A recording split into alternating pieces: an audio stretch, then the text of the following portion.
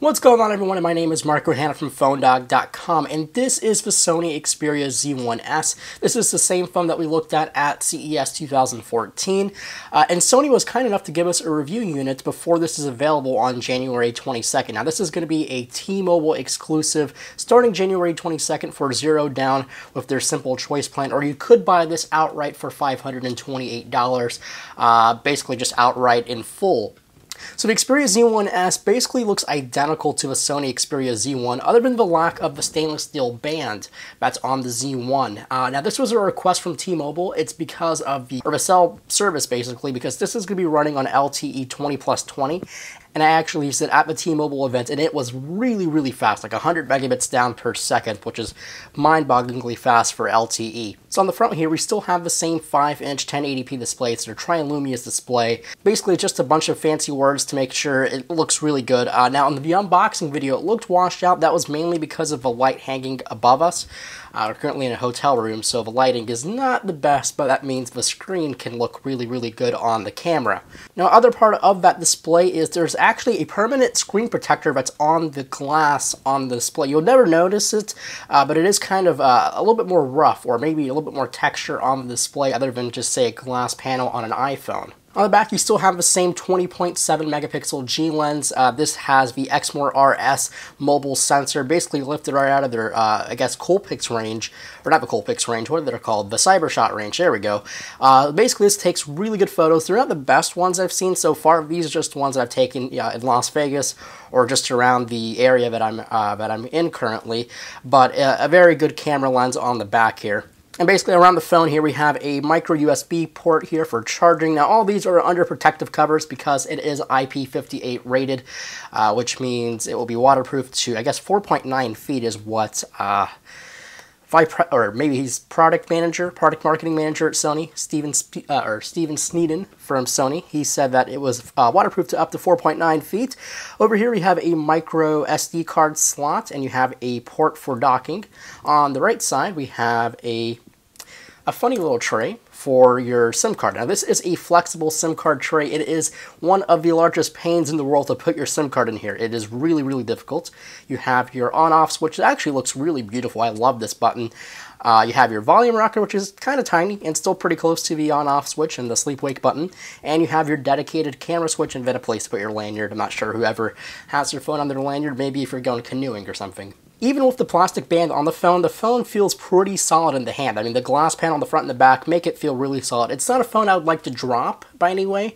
I don't think there is a phone that I would feel comfortable dropping, but this phone does feel pretty solid. It is large. It's pretty sleek, though. It's just a flat slab of a phone with two glass panels on the front and the back. Plastic band doesn't really make a difference. It still feels very solid in the hand. Now, this is running Android 4.3 with Sony's UI over it. It's a pretty quick UI. I mean, there's nothing really bad about it. It's pretty quick. No types of lag. And I really expect it to be pretty quick overall. There is no parts of this UI that just feel untouched or unfinished. Everything is pretty slick. The keyboards are pretty slick. And just going around here, so let's go ahead and load up PhoneDog.com. This is currently on Wi-Fi, not LTE. And yeah, I mean, it's really quick, it's really fast, nothing's really lagging over here. You go to the applications, you can close all your applications. A really cool part about this is you can actually have little shortcut buttons to launch little tiny windows. So I can actually open up the internet, or the web, or I guess this is Chrome, I'm not sure. And you can resize it, you can still browse on this little window. So it's kind of like a multi-window from Samsung, but Sony's own little flavor. I kind of like that. You can just close that out. Now, another cool, interesting part about the Sony Xperia Z1s is the addition of PlayStation Mobile. This is the first Xperia phone to run PlayStation Mobile. And this will allow you to kind of have a really cool interaction with your Sony PlayStation 4 or PlayStation 3. I really can't wait to go home and try it out with the PlayStation 4 to see how it works. But again, this is the first Xperia phone to run this kind of application. And one other thing I want to show you quickly here before we log off here is the camera. Now, this has a bunch of cool features on here. So this has a few modes on the camera, and they're pretty cool, actually. One is called Info-Eye, which is basically, you take a photo, and it kind of analyzes the photo for any kind of text or books or anything, and it will actually web search whatever you take a look at. So I'm not sure if I have anything to really take a photo, but say if I take a photo here, and there was some text, it would analyze the text and actually maybe Google search it and give you results and see it's kind of searching for text, QR codes. Another cool mode is AR mode, which will let you put little goofy dinosaurs or elves or whatever you want to put on their photos. Kind of goofy, kind of cool in the same way. But the ones that I'm really interested in is called the background defocus, which is basically it adds a artificial bokeh, and I'm not sure if anyone knows what bokeh is, but it's basically the SLR term for anything that's out of focus.